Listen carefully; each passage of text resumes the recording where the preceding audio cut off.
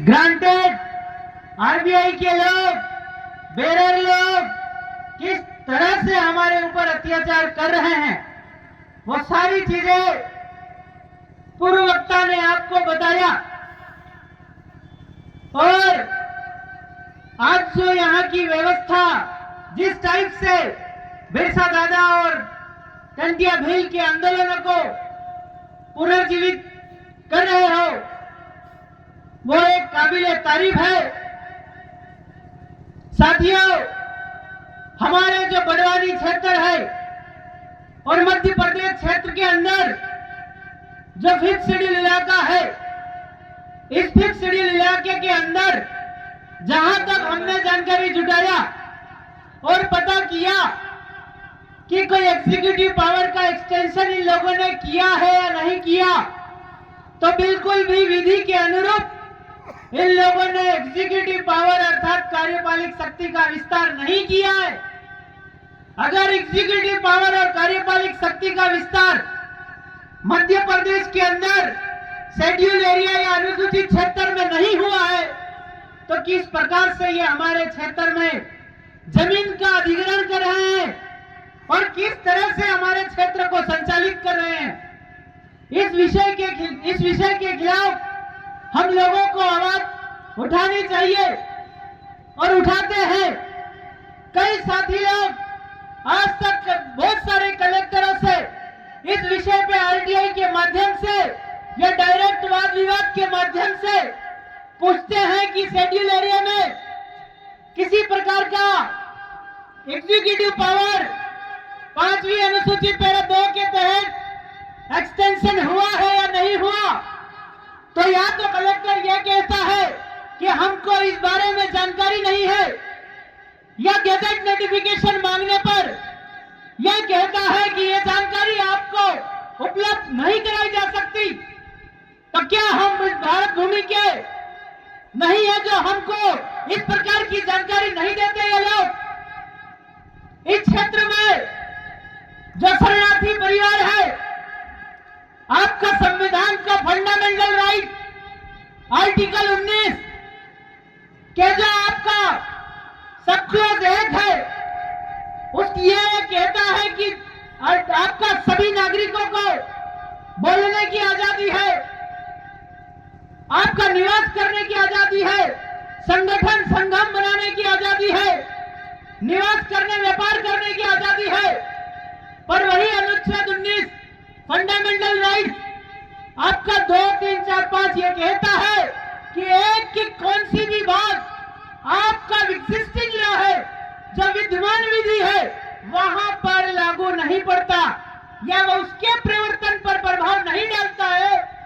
तो जो गैर लोग है, शरणार्थी है, इमिग्रेंट है या कोई सरकार है, उसको बोलने तक का वाक्य स्वतंत्रता का अधिकार भी हमारे एग्जिस्टिंग एरिया में नहीं है। एग्जिस्टिंग क्षेत्र या एग्जिस्टिंग लॉ का मतलब है before the commitment of the constitution, यानी कि संविधान के लागू होने के पहले की विधियां, जो कि आपका 1935 गवर्नमेंट ऑफ इंडिया एक्ट का सेक्शन 91 एंड 92 है, जिसका नाम partially excluded area and excluded है। एक्चुअल में 5th schedule and 6th schedule का नाम वर्जित और आंशिक वर्जित क्षेत्र है। न ये सिर्फ एक पैराग्राफ या एक कॉलम में डाला गया, जिस कॉलम का नंबर है 5 और 6, जबकि इसका एक्चुअल नाम वर्जित क्षेत्र और आंशिक वर्जित क्षेत्र है।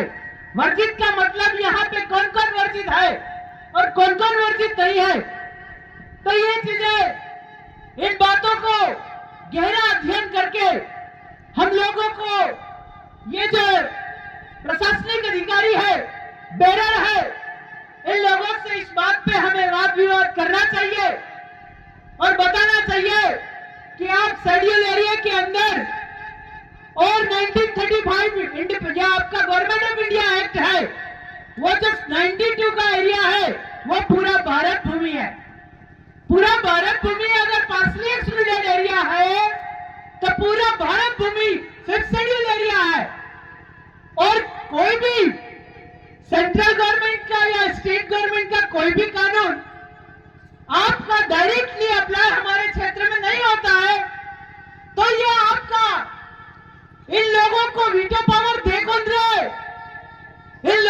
अधिकार कौन दे रहा है?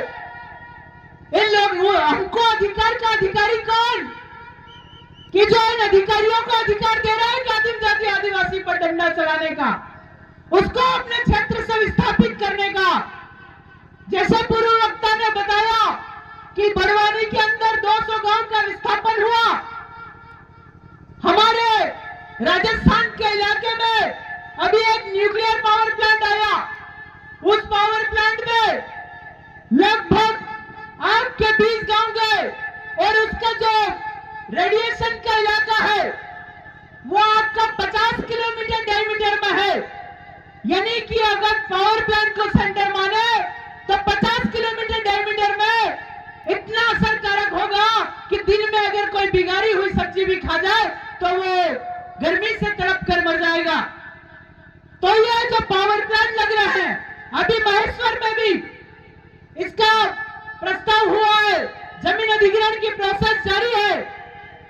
आपका पावर प्लांट इलाका है राजस्थान का, वहां तो कुछ राजनेता भी है जो एक स्वतंत्र विचार रखते हैं, बावजूद इसके आदिम जाति आदिवासियों को मारा जा रहा है। तो ये बात समझ में आती है कि हमें लड़ाई लड़ने के लिए समाज के अंतिम व्यक्ति को भी खड़ा होना पड़ेगा। जिस तर्ज पे आप लोग खड़े हो, हर अंतिम व्यक्ति को इन प्रशासनिक अधिकारियों, बेरर, इन भिखारियों के खिलाफ आवाज उठाना होगा, तो जाकर कहीं हम बच सकते हैं। जो शरणार्थी इमिग्रेंट परिवार ने जिस प्रकार से ये जाल बिछाया है, वो जाल एक मौत है और इस मौत से बचना होगा तो आदिम जाति आदिवासी परिवार को के हर अंतिम व्यक्ति को लड़ाई का आगाज करना होगा। जैसे बिरसा दादा और कंडिया भील ने अपनी लड़ाई का आगाज किया था। इस लड़ाई में हम लोग सब मिलकर आपके साथ हैं और ऐसी उम्मीद करते हैं कि अगर हमारी रतलाम और राजस्थान में या झाबुआ अलीराजपुर या मंदसौर नीमच में अगर कोई जमीन जाती है तो हमारी लड़ाई में आप भी सहयोग करोगे। और अगर आपके एरिया में, आपके क्षेत्र में अगर कोई ऐसा विषय उठता है तो हम भी आपके साथ कंधे से कंधा मिलाकर खड़े हैं और आएंगे इस आदिम जाति आदिवासियों को बचाने के लिए। इस रणभूमि में शहीद होना पड़े तो पहली शहादत हम देंगे, ऐसा हम आपको विश्वास दिलाते हैं। साथियों, ये बार बार जो बेरर शब्द का उपयोग कर रहा हूं, ये बेरर एक्ट है, BERAR। बेरर का मतलब होता है आपका बेगर से लिया हुआ शब्द है, भिखारी। यह बेरर एक्ट 1941 में बना। इसी के तहत सारा जो देश का लैंड रेवेन्यू रूल में संशोधन इन लोगों ने किया और जितने भी जो अधिकारी है वो बेरर एक्ट के अंतर्गत ही ये संचालित होते हैं। इसीलिए ये लोग बेरर है। इनके खिलाफ हम सब मिलकर के संवैधानिक वाद विवाद करना होगा।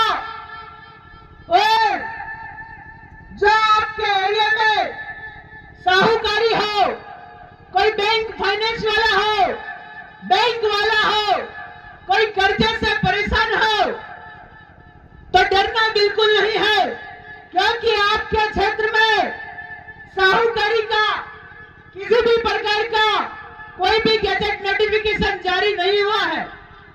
अगर हुआ है तो RTI लगा करके आप पता कर सकते हैं कि अनुसूचित क्षेत्र में या शेड्यूल एरिया में किसी प्रकार का साहूकारी अधिनियम का विस्तार या बैंक RBI का गैजेट नोटिफिकेशन जारी हुआ है या नहीं हुआ है।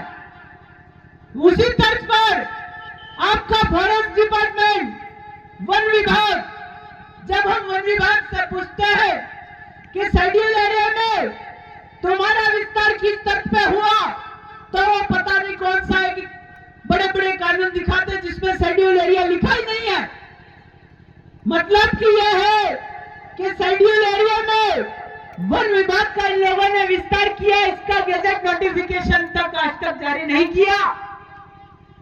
ये लोग दिखाते हैं कि राज हम कागज तरीके से कर रहे हैं, पर एक भी कागज दस्तावेज तरीके से कार्य नहीं कर रहे हैं। यह बात भी हम लोगों को ही पूछना पड़ेगा कि आपका शेड्यूल एरिया के अंदर किसी प्रकार का फॉरेस्ट डिपार्टमेंट या फॉरेस्ट का विस्तार कब हुआ, उसका राजपत्र कहां है? तो इनके पास जवाब नहीं है।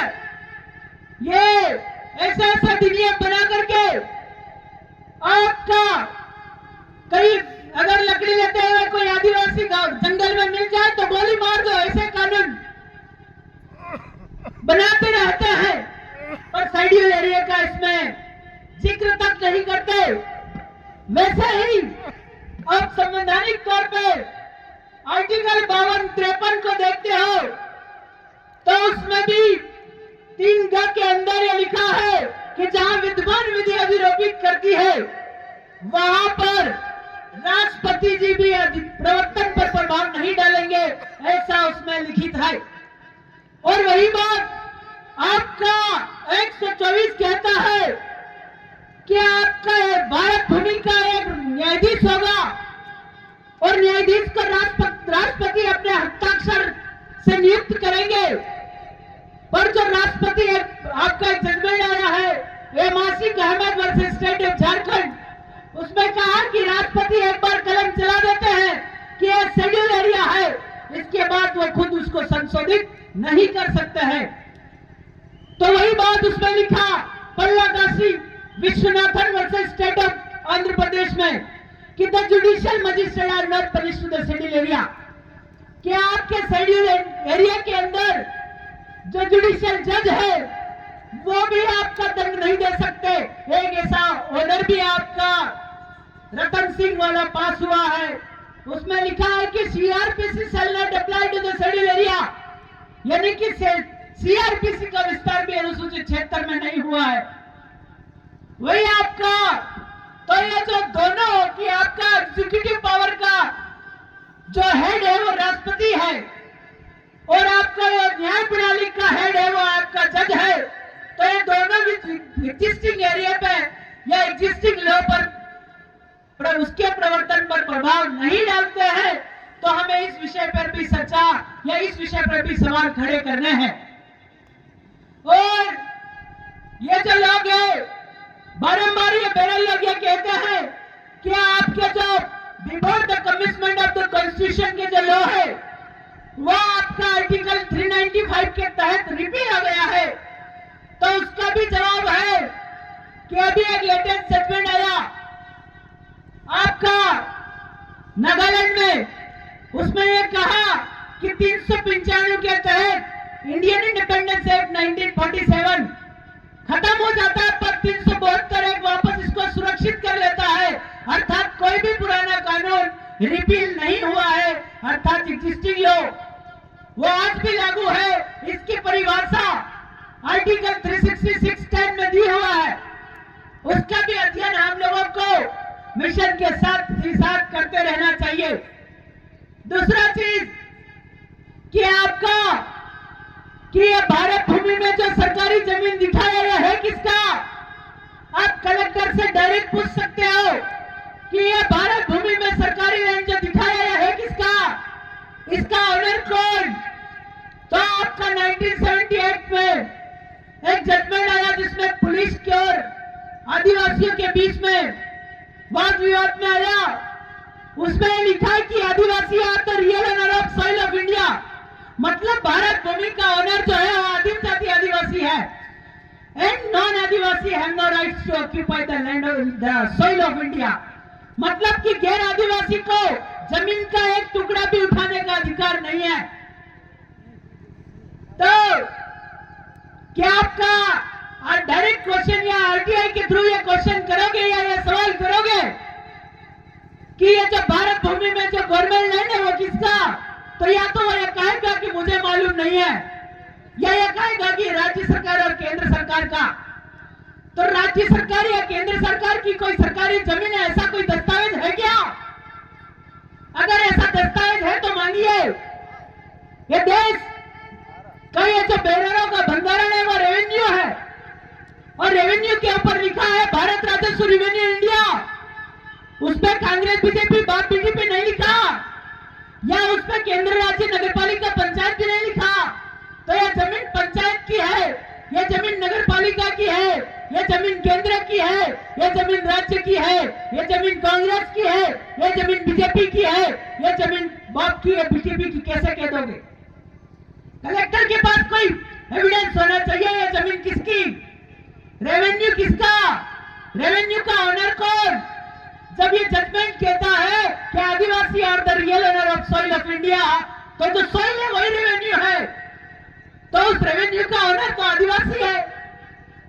ऐसा हमारा एक रतलाम में और झाबुआ में 20 और 18 लाख के लोन पे केस चला। जो फाइनेंस कंपनी वो हमारे ऊपर मुकदमा की, उस मुकदमे में जब हम लोग कोर्ट गए, उसके जवाब में तो कोर्ट को हमने बोला कि रेवेन्यू किसका, ये पैसा किसका, ये पैसा छपता कैसे, ट्रेजरी में बनता कैसे? तो इनके पास जवाब नहीं है, क्योंकि जो ऊपर से पानी का बिंदु धरती पर गिरता है तो अनाज की उत्पत्ति होती है, और अनाज उत्पत्ति होती है। आपका जो पानी गिरा उसी को आप क्रेडिट कहते हैं, और जो अनाज उत्पन्न किया धरती ने उसको डेबिट कहते हैं। वही अनाज खा करके हमारे शरीर का भंडारण चलता है, हमारा देह चलता है, तो करंट आता है, उस करंट से माता और पिता का व्यवहार चलता है, तो धरती पे नया जीव या इंसान अवतार आता है। तो वो एक डेबिट, वो क्रेडिट और ये डेबिट है। तो बैंक वाला तेने पैसा कहां से लाया, तेने क्रेडिट कहां गिराया और डेबिट कहां से कराया? तेरे पास कहां जमीन थी जहां पानी को बिंदु गिराया, या तेरे पास कहां मां थी जहां तेने पानी का बिंदु गिरवाया और उत्पत्ति में बच्चे लेकर के आया? तो पटवारी आपके क्षेत्र में आता है, टाका ले जाता है, टका ले जाता है, अना ले जाता है, अनावारी ले जाता है, तो जाकर के जो आपका रेवेन्यू तैयार होता है, मतलब कि एक माता और पिता या एक कपल पे 40 लाख के समथिंग आपका रेवेन्यू तैयार होता है, और बैंक वाला 10 लाख लोन लेकर के 10 बार पूछता है, तो उनके पास जवाब नहीं, और उन्होंने उस केस को क्लोज कर दिया, अगली तारीख ही नहीं लगाई, और अपने जो वो फाइनेंस कंपनी ने अपने दस्तावेज वापस खींच लिए। तो इस टाइप से आपको वैचारिक रूप से, संवैधानिक रूप से तैयार होना पड़ेगा, तो जाकर के कहीं हम इन शरणार्थियों के खिलाफ, इन इमिग्रेंट्स के खिलाफ या आरबीआई के परिवार के खिलाफ लड़ाई को अंजाम दे पाएंगे। आरबीआई का परिवार एक अलग है, भारत भूमि का ओनर परिवार एक अलग है। ये दो परिवारों की लड़ाई है, इन दो परिवारों के बीच में ही संघर्ष हुआ है। इतिहास को आप देख सकते हैं कि आपका बिरसा दादा ने किस और लड़ाई लड़ी थी, किसके खिलाफ लड़ी थी। आपका राजा गया, रंग गया, भिखारी गया, अंग्रेज गया, तो ये शरणार्थी भी जाएंगे। बस हम लोगों को जागरूक और तैयार होना होगा। तो हमको इस तरफ पे लड़ाई को अंजाम देना है, तो जाकर के हम कहीं जाकर के अपनी लड़ाई को अंजाम तक पहुंचा सकते हैं। तो ये आरबीआई का परिवार है, वो एक अलग परिवार है। जो आदिम जाति आदिवासियों का परिवार है, वो एक अलग परिवार है। दोनों का काम भी जुदा है, दोनों का धर्म भी जुदा है, दोनों के कर्तव्य भी अलग है, दोनों के बीज भी अलग है, दोनों के वतन भी अलग है। तो हम लोग जो है वो राज बीज के अंतर्गत है, और ये जो आए बाहर से ये 12 बीज वाले लोग हैं, 12 तरीके का बीज है। तो ये शरणार्थी है, रिफ्यूजी है, रिलीफ है, गारंटेड है, बेरर है, भिखारी है, ये एक अलग है। तो इस विषय को भी हमको एक गहन अध्ययन करना पड़ेगा।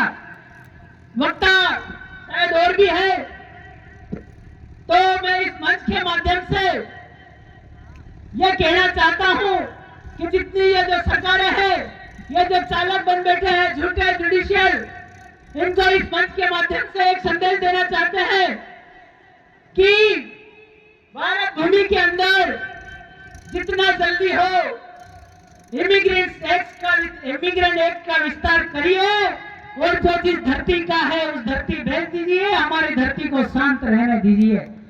ये आप मैं संदेश देना चाहता हूं।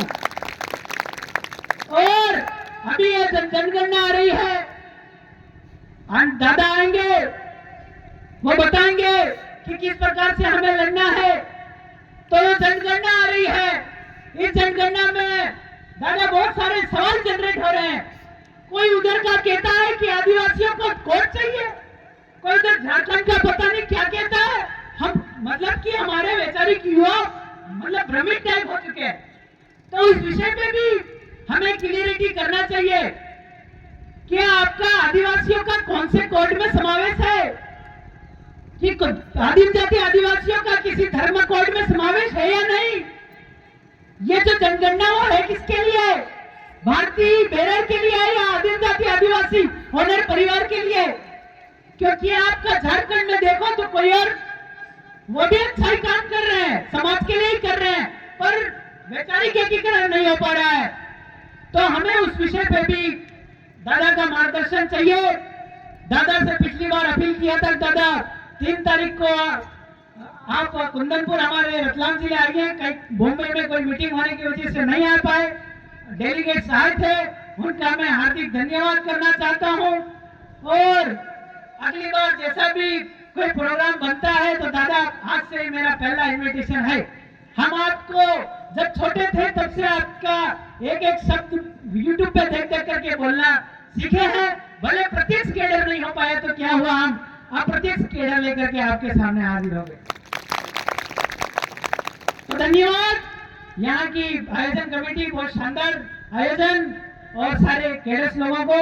उल गुलाम जिंदाबाद। जिंदाबाद जिंदाबाद।